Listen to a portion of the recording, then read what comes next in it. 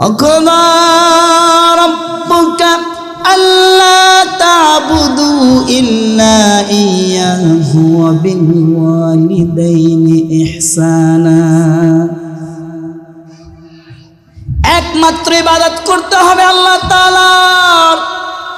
আল্লাহ রাব্বুল আলামিনের ইবাদত করার পরে দ্বিতীয় নাম্বার যে কাজটা করতে হবে গো, পিতা মাতার খেদমত করতে হবে। কথা বলেন ঠিক কিনা?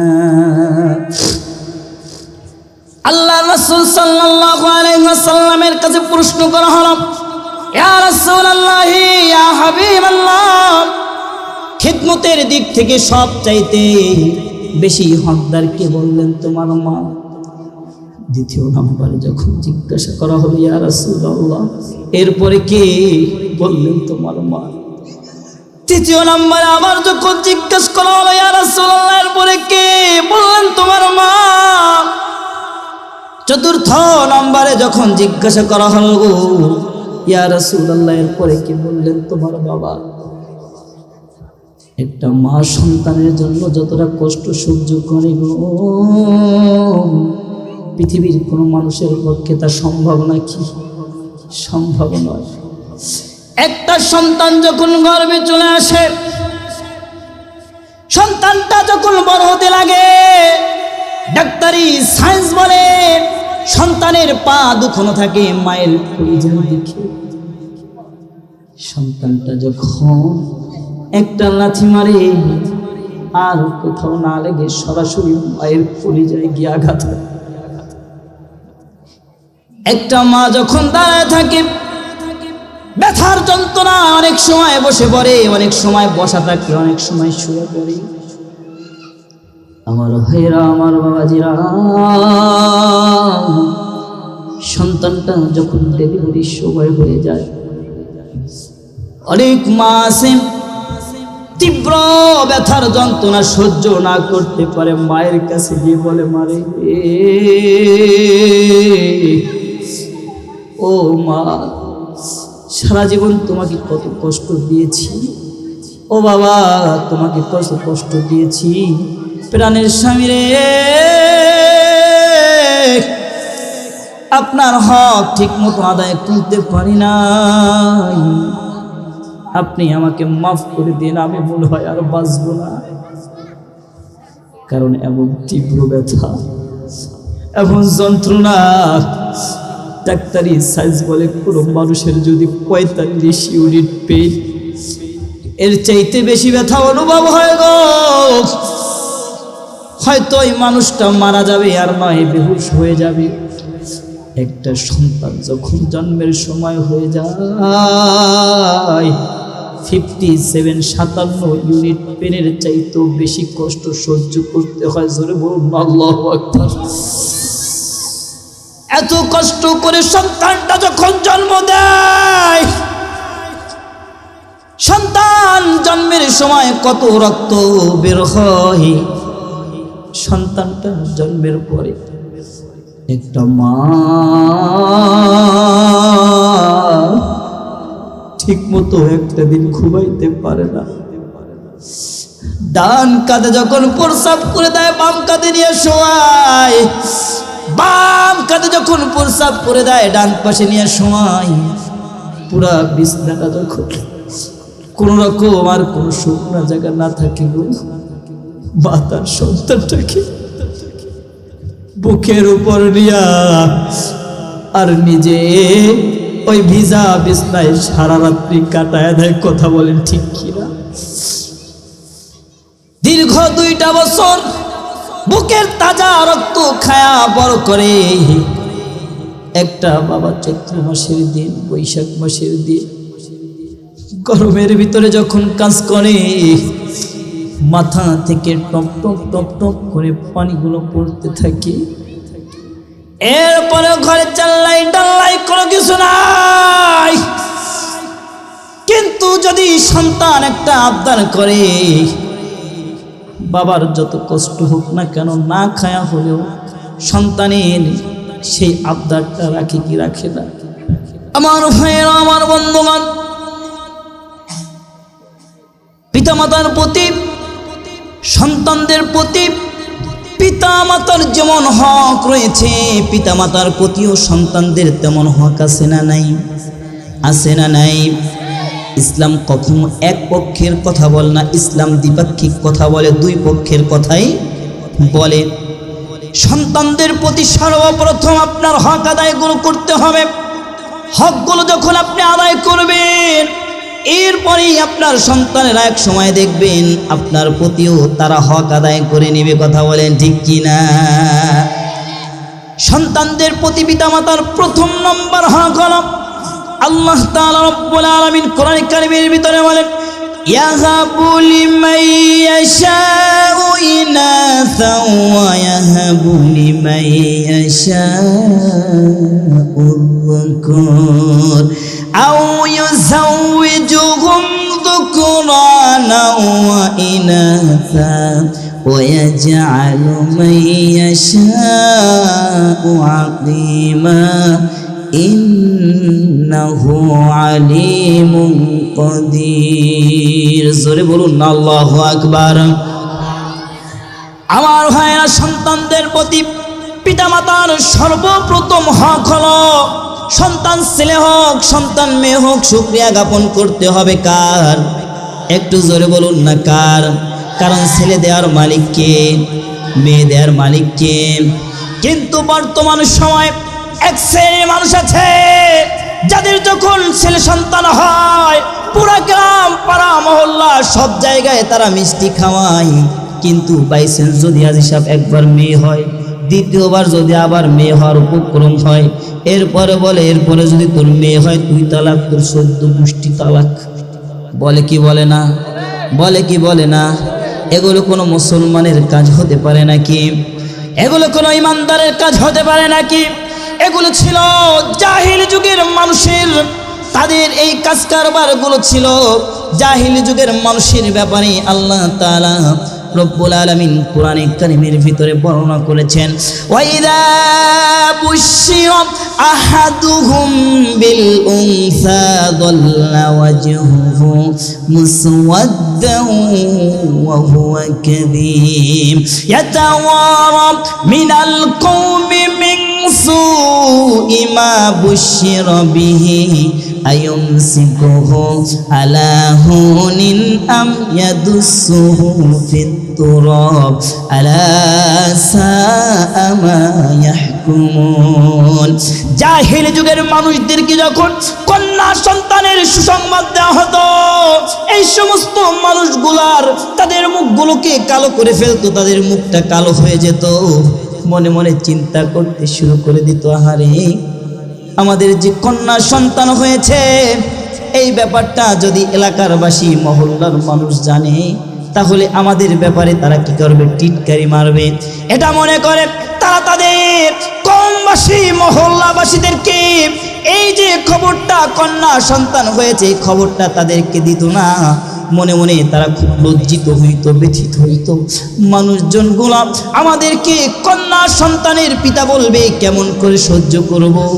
এই চিন্তা করে কিভাবে এই সন্তানটাকে দুনিয়া থেকে চিরবিদায় করে দেওয়া যায়, এই ষড়যন্ত্রে লিপ্ত হয়ে যাইত। জোরে বলুন না নাউজুবিল্লাহ। দাহিয়াতুল কালবি, এই দাহিয়াতুল কালবির নাম আপনারা অনেকে শুনেছেন।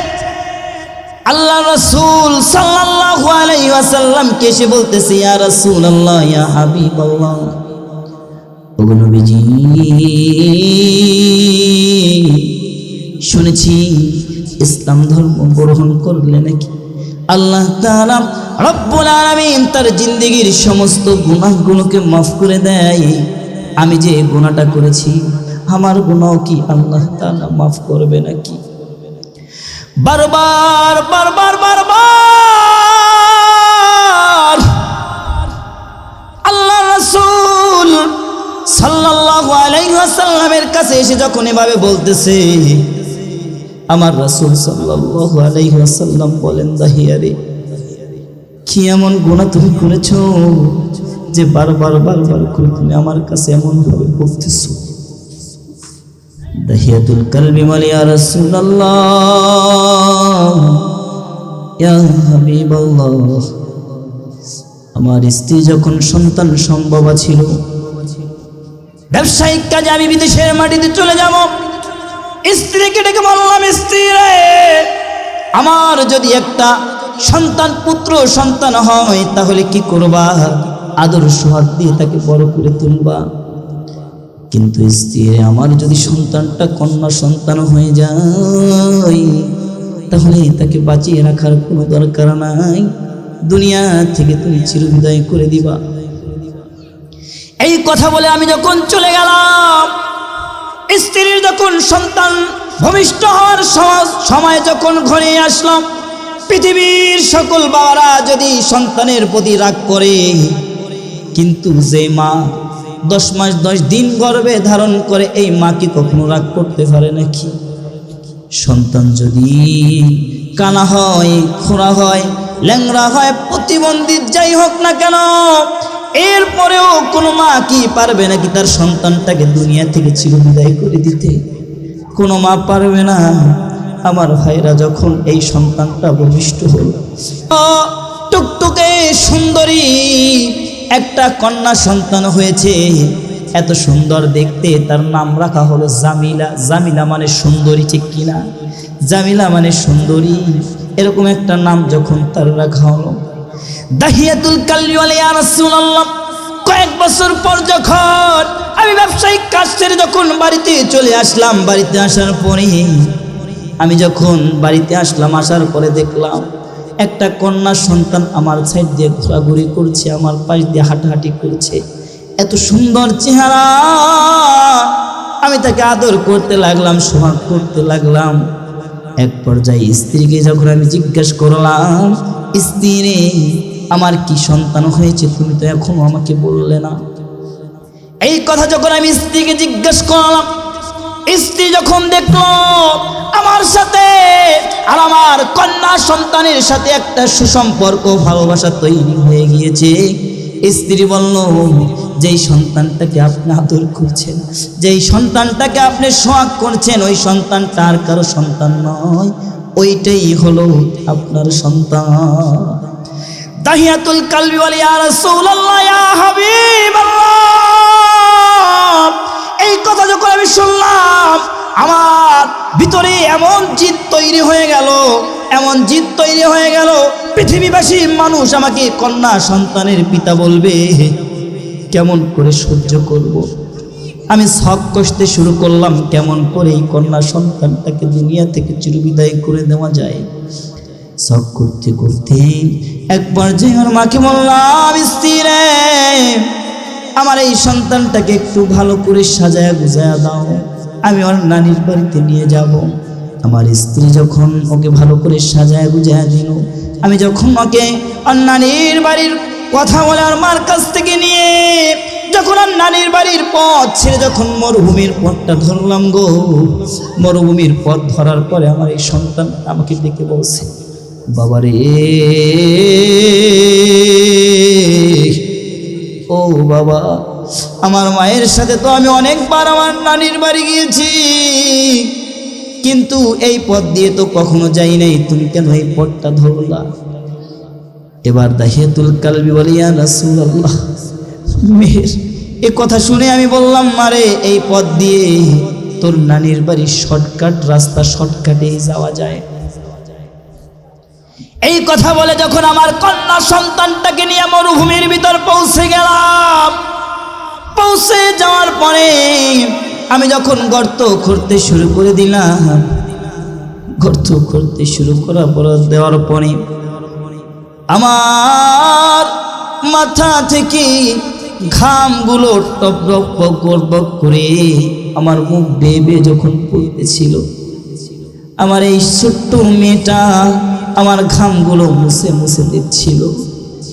ইয়া রাসূলুল্লাহ, ইয়া হাবিবাল্লাহ, ধুলি কণা, পাথরের কণা সিটে সিটে যখন আমার দাড়ির ভিতরে যখন আটকে যাচ্ছিল, আমার এই সন্তানটা তার ছোট্ট আঙ্গুলিগুলো দিয়া আমার এই দাড়িগুলো খিলাল করে দিচ্ছিল। এরপরও আমার কোনো প্রকার কোনো মায়া তার প্রতি তৈরি হলো না। এক পর্যায়ে যখন গর্ত খোলা শুরু হয়ে শেষ হয়ে গেল, কন্যা সন্তানটিকে বললাম, মারে, দেখো তো দেখি কেমন হয়েছে, গর্ত খোঁড়াটা কেমন হয়েছে।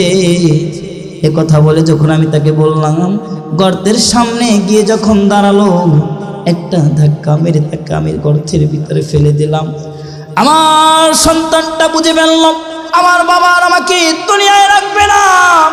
এইটা বুঝে আমার ওই কন্যা সন্তানটা এবার আমাকে বলতেছে, বাবা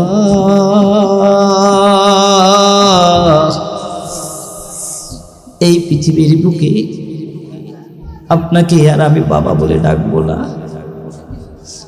আপনার পরিচয় আমি কখনো দিব না গো বাবা। আমার যেই দিকে মন চাই আমি সেই দিকে চলে যাব গো, এরপরও আপনি আমাকে মাইরেন না। দাহিয়াতুল কলবি বলে, ইয়া রাসূলুল্লাহ ইয়া হাবিবাল্লাহ,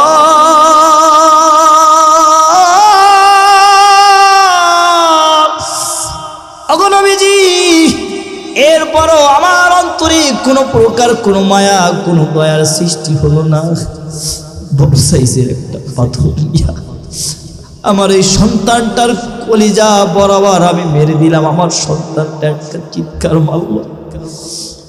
আমি যখন পাথর চাপা দিয়ে চলে আসতেছিলাম, আমার সন্তানটা আমাকে বাবা বাবা বলে যে ডাকতেছিল, ইয়া রাসূলুল্লাহ, আজও পর্যন্ত রাতের বেলা আমি ঘুমাইতে পারি না। আমার এই সন্তানটার বাবা বাবা ডাক আমার কানের ভিতরে বেজে ওঠে। ইয়া রাসূলুল্লাহ ইয়া হাবিবাল্লাহ, মুসলিম হওয়ার পরে আল্লাহ তাআলা সব গুনাহ যদি মাফ করে দেয়, আমার মন বলে আমার এই গুনাহটা আল্লাহ তাআলা রব্বুল আলামিন মাফ করতো না। আল্লাহ রাসূল সাল্লাল্লাহু আলাইহি ওয়াসাল্লাম রাহমাতাল লিল আলামিন হযরত মুহাম্মদুর রাসূলুল্লাহ সাল্লাল্লাহু আলাইহি ওয়াসাল্লাম এই কথাটা যখন শুনতেছিল, রহমতের নবী আমার দু চোখ বেয়ে ঝর্ণার মতো পানিগুলো পড়তেছিল গো। এক পর্যায়ে বলল, দাহিয়া রে, একজন বাবাও কি এমন কাজ করতে পারে সন্তানটাকে এইভাবে? আমার রাসূল সাল্লাল্লাহু আলাইহি ওয়াসাল্লাম এক পর্যায়ে চক্ষু মুছলেন আর বললেন, দাহিয়া রে, শুনে রাখো, আল্লাহ তাআলা রব্বুল আলামিন তুমি ইসলাম ধর্ম গ্রহণ করার সাথে সাথে তোমার এই গুনাহটাও মাফ করে দিয়েছে। একটু জোরে বলা যাবে কি সুবহানাল্লাহ? কন্যা সন্তান আল্লাহ তাআলার রহমত, ঠিক কিনা বলে? ঠিক কিনা?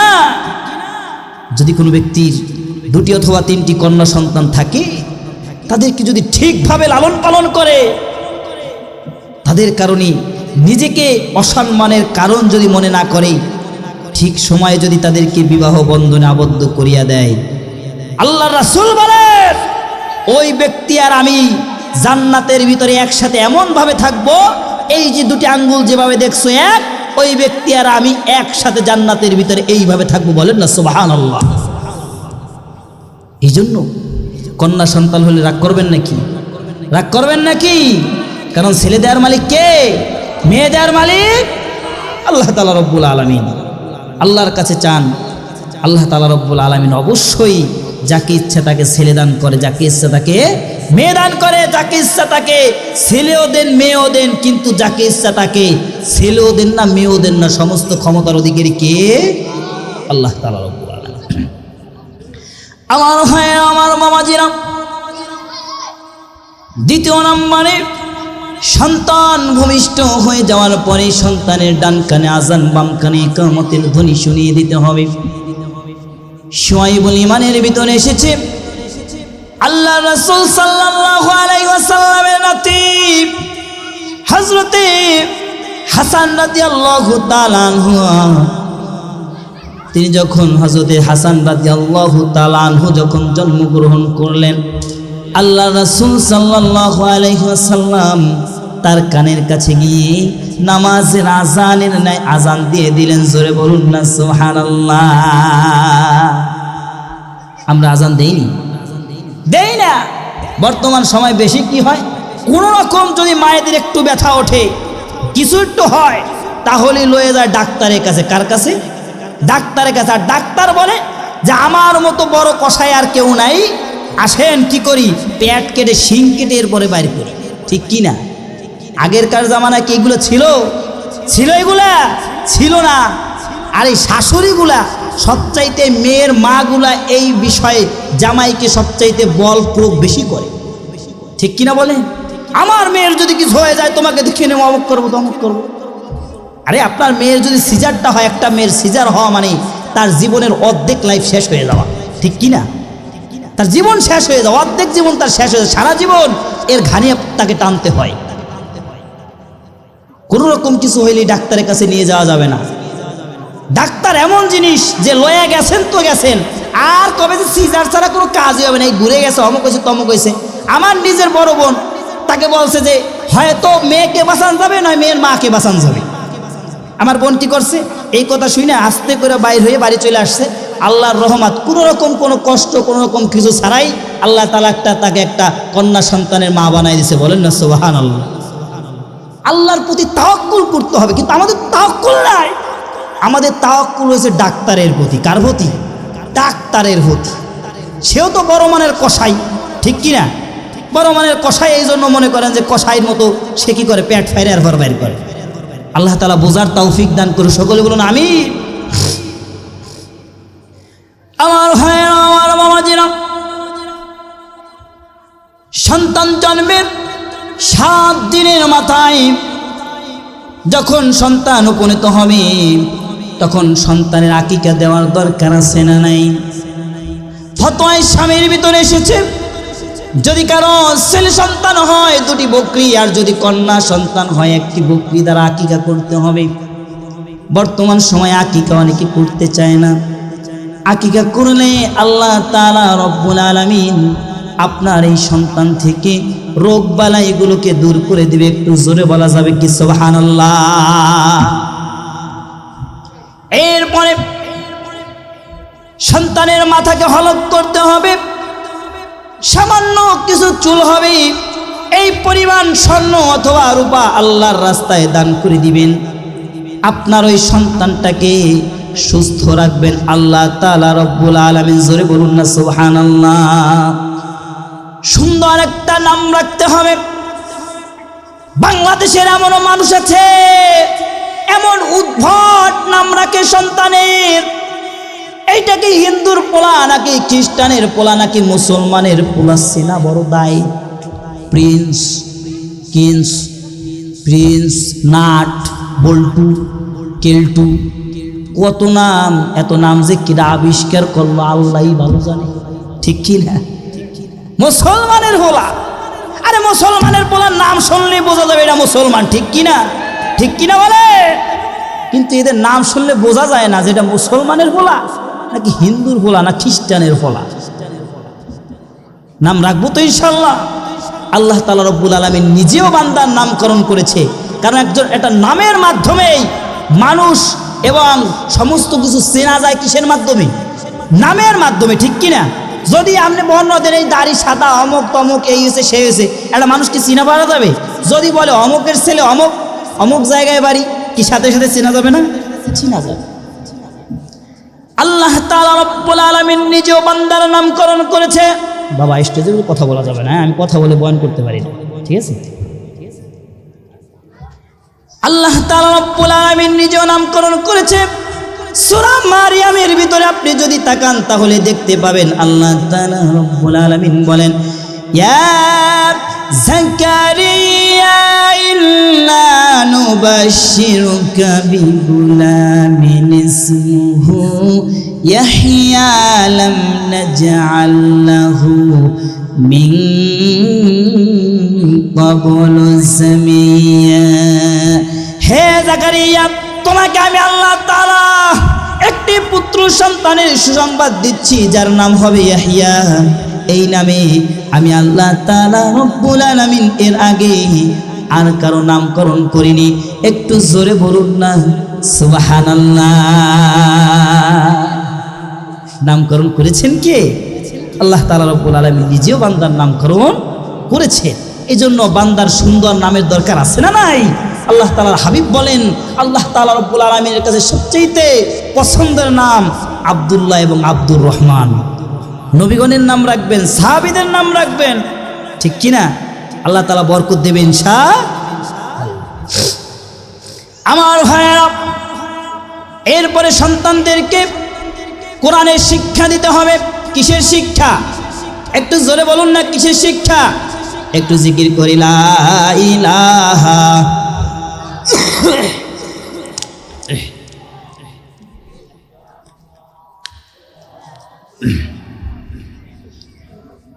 লা ইলাহা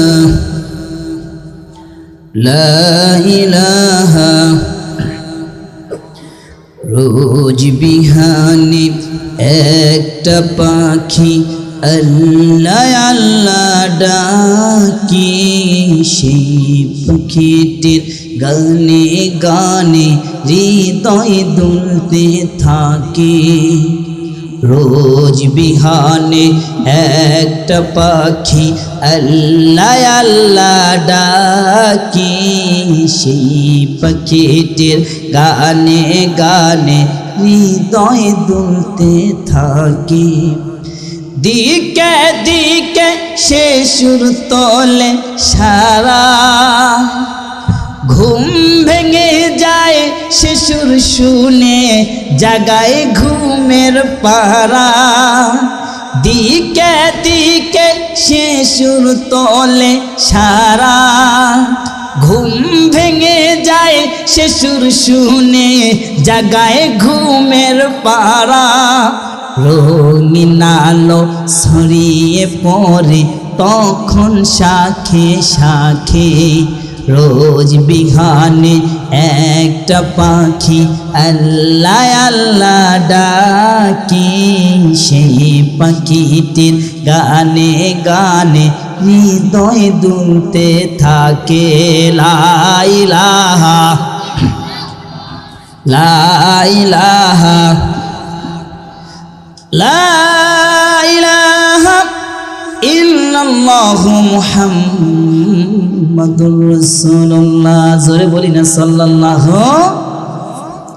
আমার ভাইরা, আমার মামাজিরা, এরপরে মায়েদের সন্তানদের প্রতি একটা হক হলো সন্তানদেরকে পূর্ণ 2 বছর দুধ পান করাইতে হবে। কয় বছর? একটু জোরে বলুন না, কয় বছর? 2 বছর। আল্লাহ তাআলা রব্বুল আলামিন কোরআনে কারীমের ভিতরে বলেন, ওয়াল ওয়ালিদাতু ইউরদিনা আওলাদাহুন্না হাওলাইনি কামিলাইনি লিমান আরাদা আইয়ুতিম্মার রাদাআ। সন্তানবতী নারীরা তাদের সন্তানদেরকে পূর্ণ 2 বছর দুধ পান করাবে। কিন্তু বর্তমান সময়ে এক শ্রেণী স্মার্ট মহিলা আছে যারা তাদের স্মার্টনেস ধরে রাখার জন্য সন্তানদেরকে দুধ পান করায় না। বর্তমান সময়ে এই যে দুধ পান করানোর না করার কারণে সন্তানদের জন্য আল্লাহ তাআলা রব্বুল আলামিন মায়ের শাল দুধের ভিতরে এমন কিছু পুষ্টি গুণ দিয়ে রেখেছেন, পৃথিবীর যত ডানো ল্যাকটোজেন যা কিছু খাওয়ান না কেন, এই পুষ্টি কখনো পরিপূর্ণ হওয়া সম্ভব না। কথা বলেন ঠিক কিনা? কিন্তু এই মায়েরা আইলসেমির কারণে অনেকেই এটা খাওয়ায় না। বর্তমানে একটা ক্যান্সার বের হয়েছে যার নাম হচ্ছে ব্রেস্ট ক্যান্সার। কি ক্যান্সার? Breast cancer. মহিলাদের স্তনে হয়। কোথায় হয়? স্তনে হয়। এই বিজ্ঞানীরা, আধুনিক বিজ্ঞান তারা আবিষ্কার করে, চিকিৎসা বিজ্ঞান তারা গবেষণা করে দেখেছে যে মুসলমানদের এই রোগটা সবচাইতে কম হওয়ার কারণ কি? সবচাইতে কম হওয়ার প্রধান কারণ হচ্ছে মুসলমানরা তাদের সন্তানদেরকে দুধ পান করায়। কি পান করায়? কি পান করায়? দুধ পান করায়, যার কারণে এই ক্যান্সারটা মহিলাদের কম হয়। আমার বাড়ির পাশের একটা ঘটনা বলছি। এক মহিলা, সে আইলসেমির কারণে এক পাশের দুধ পান করাইছে, আর এক পাশের দুধ পান করায় নাই, যে কোনো সমস্যার কারণে, আইলসেমির কারণে। পরবর্তী দেখা যাচ্ছে যে ওইটা ব্রেস্ট ক্যান্সারের দিকে চলে যাচ্ছে, বলুন না নাউজুবিল্লাহ। এই জন্য মায়েদের প্রতি আমার অনুরোধ থাকবে, মারে সন্তানের যে হকটা রয়েছে এই হকটা আদায় করেন। এই সন্তানের এই হকটা আদায় করলে এই সন্তানের ভিতরে আপনার ভিতরে ভালোবাসা মোহাব্বত তৈরি করে দিবেন কে? আল্লাহ তাআলা রব্বুল আলামিন অবশ্যই সন্তানের ভিতরে আর এই মায়ের ভিতরে মোহাব্বত তৈরি করে দিবেন। বিদেশে দেখবেন সন্তান জন্ম দিয়ে ছেড়ে দিয়েছে, কোনো রকম হুইল চেয়ারে নিয়ে ঠেলে বেড়ায়, আর কি করে কুত্তো একটা বুহেলে ঘুরে বেড়ায়, আছে না নাই? এই কারণেই তাদের সন্তানদের সাথে তাদের ভালোবাসা নাই, মোহাব্বত নাই। তারাই শেষ পর্যন্ত এই সন্তানরাই এই সমস্ত মা বাবাকে বৃদ্ধাশ্রমে রেখে আসে। কথা বলেন ঠিক কি না? আল্লাহ তাআলা বোঝার তৌফিক দান করুন, সকলে বলুন আমিন। আমার ভাইয়েরা, সময় সংক্ষেপ হয়ে আসছে। এরপরে সন্তানদের প্রতি পিতামাতার আর একটি হক হলো সন্তানদেরকে নামাজের তাগিদ দিতে হবে। কিসের তাগিদ? নামাজের তাগিদ দিতে হবে। আমার রাসূল সাল্লাল্লাহু আলাইহি ওয়াসাল্লাম বলেন, তোমার সন্তানের বয়স যখন 7 বছর হয়ে যায়, এই সন্তানটাকে তুমি নামাজের জন্য বলো। আর যদি সন্তানটার বয়স 10 বছর হয়ে যায় কিন্তু বাবা সন্তানটা নামাজ পড়ছে না, তাহলে তাকে লাঠি দ্বারা আঘাত করো। আচ্ছা, একজন ব্যক্তি এখানে হাত উঠান তো দেখি যে আমার সন্তান নামাজ পড়ে নাই, এই জন্য সন্তানকে লাঠি দ্বারা আঘাত করছি। পাওয়া যাবে নি? পাওয়া যাবে। অথচ আমরা মুসলমান স্কুলে যায় নাই, কিন্ডারগার্টেনে যায় নাই, এরপরে শিক্ষা প্রতিষ্ঠানে যায় নাই, এই জন্য সন্তানকে আঘাত করেছি, কিন্তু নামাজের জন্য আঘাত করতে পাওয়া যায় না। আমার রাসূল সাল্লাল্লাহু আলাইহি ওয়াসাল্লাম বললেন, যখন 12 বছর হয়ে যায় কিন্তু সন্তানটা নামাজ পড়ছে না, এই সন্তানটাকে তেজ্য পুত্র করে দাও। বাংলাদেশ, ভারত এবং কোন দেশে এমন কোন ব্যক্তি পাওয়া যাবে নাকি যার সন্তানটা নামাজ আদায় করে নাই, এই জন্য তেজ্য পুত্র করে দিছে? পাওয়া যাবে নাকি? পাওয়া যাবে না। এই জন্য আমার ভাইরা, আমার বাবাজিরা, অনেকে সন্তানের চেহারা খারাপ হয়ে যাবে, অসুস্থ হয়ে যাবে, এই ভয়ে ফজরের সময়, শীতকালের সময় নামাজ পড়তে আনে না। কিন্তু যদি ঘরে আগুন লেগে যায় তো তাহলে কি আপনার সন্তানটাকে ঘরে বসাই রাখতে পারতেন? ঘরে বসাই রাখতে পারতেন না। আমার ভাইরা, আমার বাবাজিরা, এরপরে সন্তানদেরকে সঠিক সময় বিবাহ দেওয়ার দরকার আছে না নাই? আসতে বলবেন না, আছে না নাই? অনেক বাবা বলে কেবল তো বয়স 30, আগে নিজের পায়ে দাঁড়াক, আর কবে নিজের পায়ে দাঁড়াবে, বুড়ো হয়ে যাওয়ার পরে নাকি? এরপর সন্তানদেরকে বিবাহ দিতে চায় না। অনেক মেয়ে সন্তানের বাবা আছে যারা স্বামীর কারণে বলে বয়স হয় নাই, বয়স হয় নাই, করতে করতে 25-30 বছর যখন হয়ে গিয়েছে, এরপরে আর এই সন্তানটাকে কেউ বিবাহ করতে চায় না। চায় নাকি?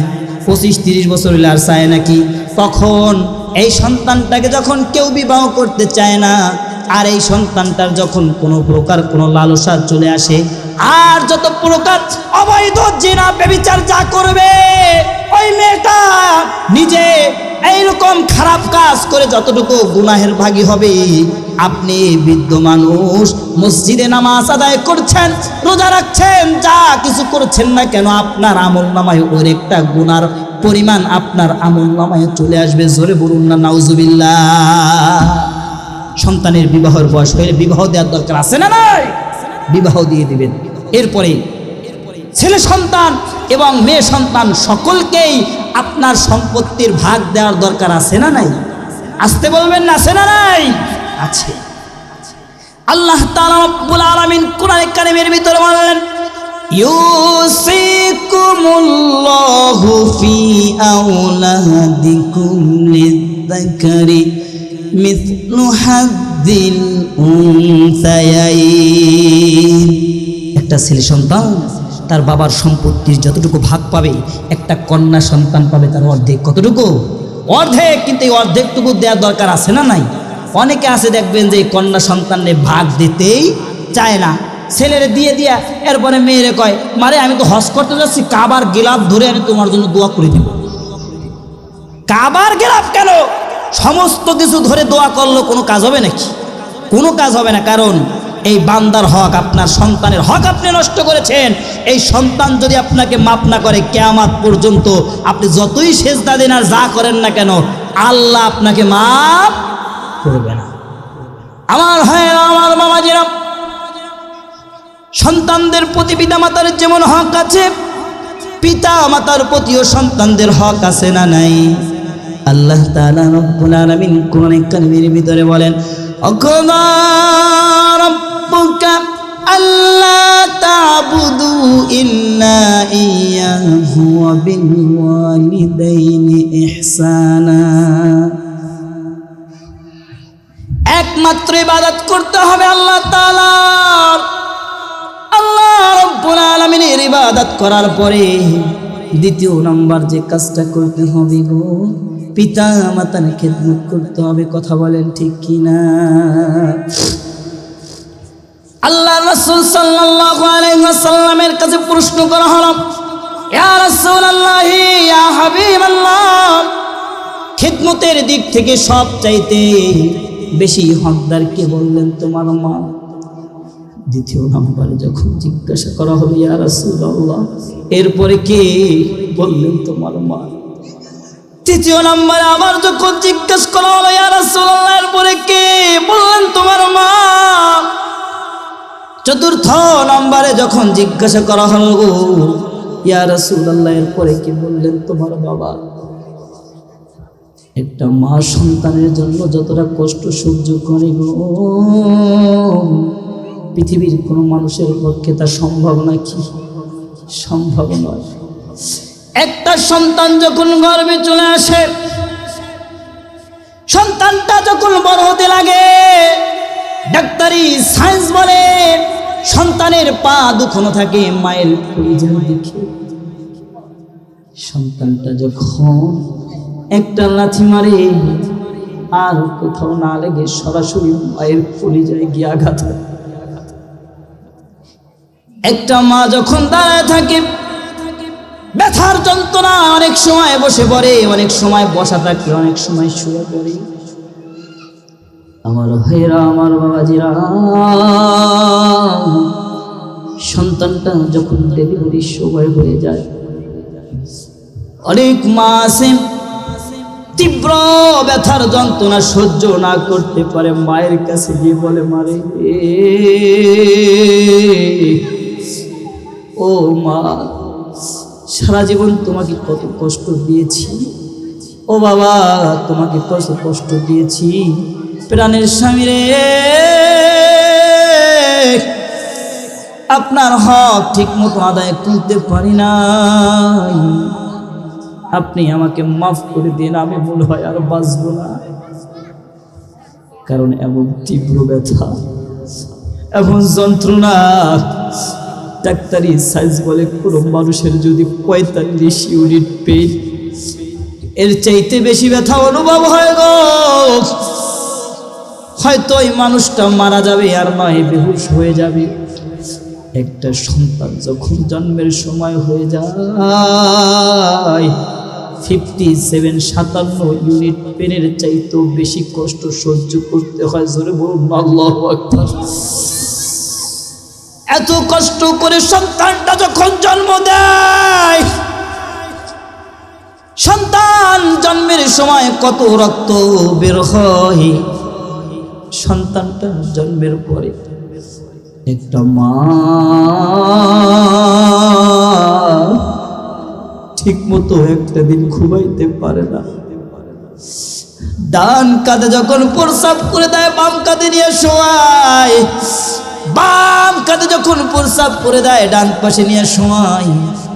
পুরা বিছনাটা যখন কোন রকম আর কোন শুকনা জায়গা না থাকে গো, মা তার সন্তানটাকে বুকের উপর নিয়া আর নিজে ওই ভিজা বিছনায় সারা রাত্রি কাটায় দেয়। কথা বলেন ঠিক কিনা? দীর্ঘ 2টা বছর বুকের তাজা রক্ত খায়া বড় করে।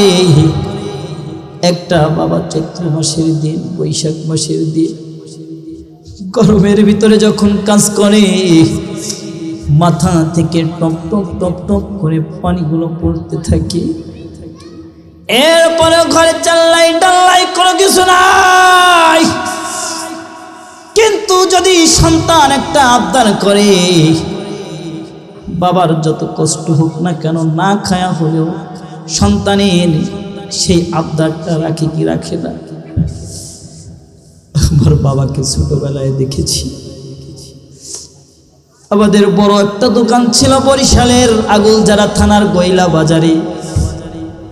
রাজনৈতিক কারণে আমার বাবার দোকানটা যখন পোড়ায়া দিল, এরপরে আমার বাবাকে দেখেছি ভারবাস কান্দে নিয়ে, বুকে ব্যথা ছিল, কত মাল, এইগুলা দিয়ে আমার বাবা গ্রামে গ্রামে ঘুরে এরপরে আমাদেরকে লেখাপড়া শিখেছে। এত কষ্ট করছে গো,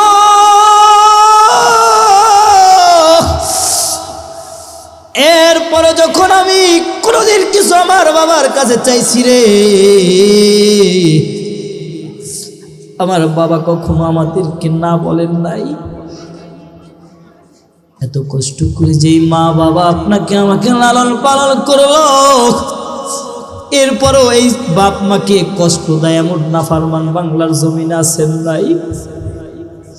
কিছুদিন আগে এক সাংবাদিক পিতামাতার ব্যাপারে একটা কলম লিখবে, এই জন্য একটা বৃদ্ধাশ্রমে তিনি চলে গেলেন।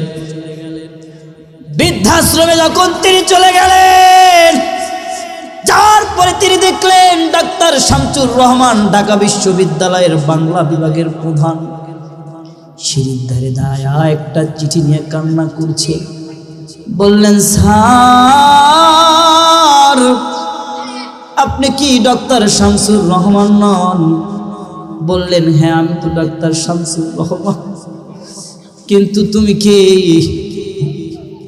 বললেন, স্যার আমি একজন সাংবাদিক, পিতামাতার ব্যাপারে একটা কলম লিখবো, এই জন্য এই বৃদ্ধাশ্রমে এসেছি।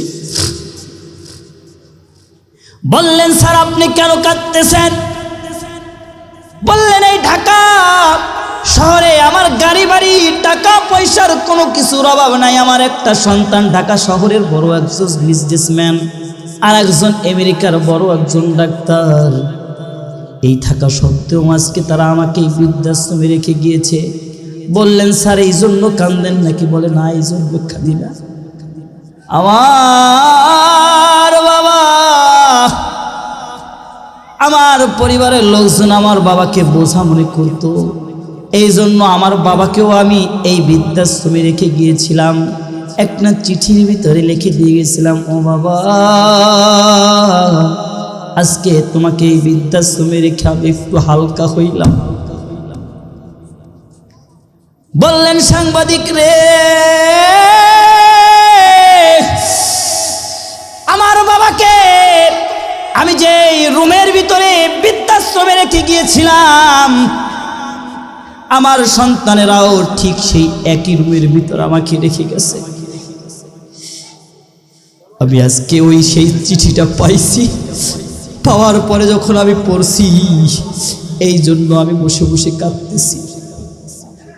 সাংবাদিক বলে, আমি যখন পুরুষ বৃদ্ধাশ্রম ভিজিট করার পরে মহিলা বৃদ্ধাশ্রম যখন গেলাম, দেখলাম সমস্ত মহিলারা ঘরের ভিতরে রয়েছে, কিন্তু একটা মহিলা ঘরের সামনে দাঁড়ায় আছে, বসে আছে একটা চেয়ার নিয়া। আমি বললাম, মারে সমস্ত মহিলারা বৃদ্ধাশ্রমের ভিতরে রয়েছে, আপনি একা এখানে কেন বসে আছেন, কারণটা কি? বললেন, বাবা সাংবাদিক রে, আমার সন্তানটা যখন ছোট্টবেলায় বাড়ির বাহির যাইতো, আমার রাতে ঘুম আসতো না, আমার রাতে ঘুম আসতো না গো।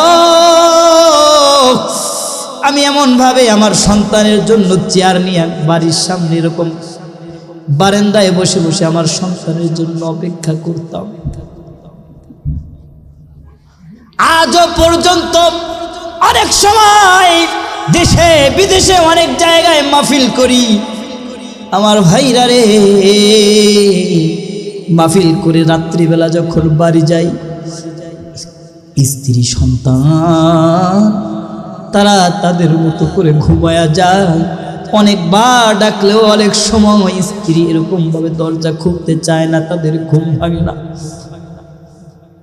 স্ত্রীকে ডাকছি এক ঘরে, আমার মা রয়েছে আর এক ঘরে। এক দুইবার স্ত্রীকে ডাকার পরে আমার মা দেখি সাথে সাথে উঠে তার ঘরের দরজাটা খুলে দিছে। কারণ সন্তান যখন বাহিরে থাকে গো, কোনো মা রাতের বেলা ঘুমাইতে পারে না। এরপরে বলতেছে, বাবা সাংবাদিক, অমুক জায়গায় আমার বাড়ি, আমার সন্তানের নাম রফিকুল, তুমি যদি পারো গো আমার এই সন্তানের কাছে এই চিঠিটা লিখে এই চিঠিটা পৌঁছে দিবা। সাংবাদিক বলে, আমি যখন চিঠিটা খুললাম, যখন আমি পড়তে শুরু করলাম, অবাক হয়ে গেলাম। বৃদ্ধ মানুষ, এত সুন্দর করে হাতের লেখা কেমন করে হয়? আমি বললাম, মা আপনার এত সুন্দর হাতের লেখাটা কেমন করে হলো গো? মহিলাটা আমাকে ডেকে বলতেছে, বাবা সাংবাদিক রে, আমি আগেকার জামানার একজন বিয়ে পাশ মহিলা, আমি আমার সন্তানদেরকে নিজের হাতে হাতের লেখা শিখাইছি। সাংবাদিক বলে, আমি যখন এরকম ভাবে চিঠিটা খুললাম, পড়তে শুরু করলাম, দু চোখ বেয়ে বেয়ে আমার পানিগুলো পড়তে শুরু করলো। চিঠির ভিতরে দেখি লেখা, বাবা রফিকুল রে, গত একটা বছর তুই আমাকে এখানে রেখে গেলি, আজ পর্যন্ত আমি কেমন আছি খোঁজটা তুই লস নাই, এই জন্য আমার কোনো আফসোস নাই। কিন্তু বাবা তুই কেমন আছিস এইটা পর্যন্ত তুই আমাকে একবারও বললি না।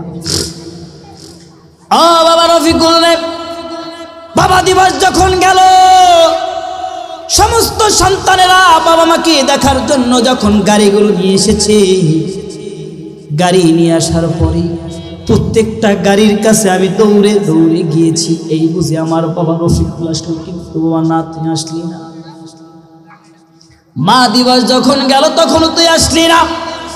বাবারে, তোর মনে আসেনি ছোট্টবেলায় তোর জন্মদিনে তুই আমাকে দিয়ে কেক কাটাইতি রে বাবা?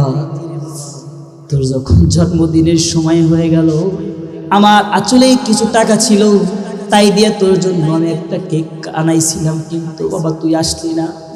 সারাদিন অপেক্ষা করে কেকটাকে আমি মানুষের কাছে বিতরণ করে দিয়েছি। বাবা রফিকুল রে, মনে হয় আমি আর বেশি দিন বাঁচবো না। আমি মরে গেলে আমার কাফনের কাপড় কেনার টাকা তোর নাও হতে পারে। এই চিঠির ভিতরে তোর বাবার দেওয়া বিবাহের সময়ে সেই নাকফুলটা আমি দিয়ে দিলাম।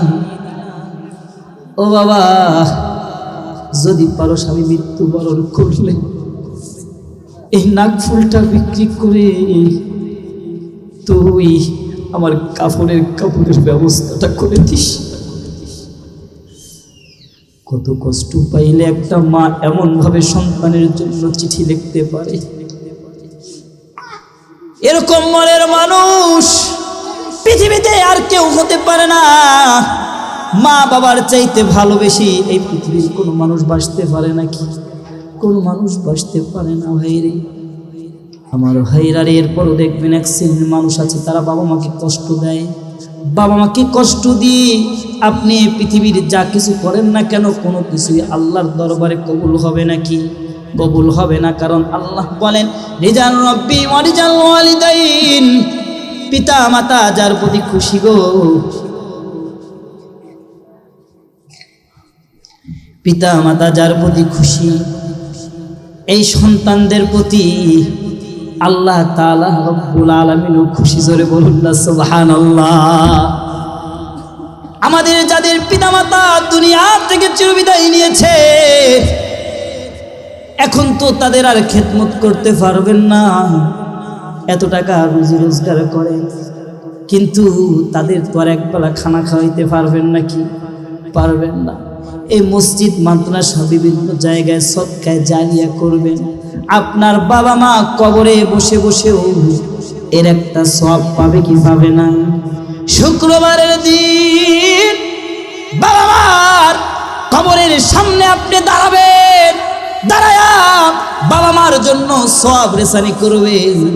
একবার সূরা ফাতিহা পড়বেন, কয়েকবার দুরূদ শরীফ পড়বেন, সূরা ইখলাস 3 বার পড়বেন, এক খতম কোরআনের সওয়াব আপনার বাবা মার কবরে পৌঁছে যাবে। জোরে বলুন না সুবহানাল্লাহ। আমাকে সময় সংক্ষেপ করে জানতে বলেছি, আমি আর লম্বা করছি না।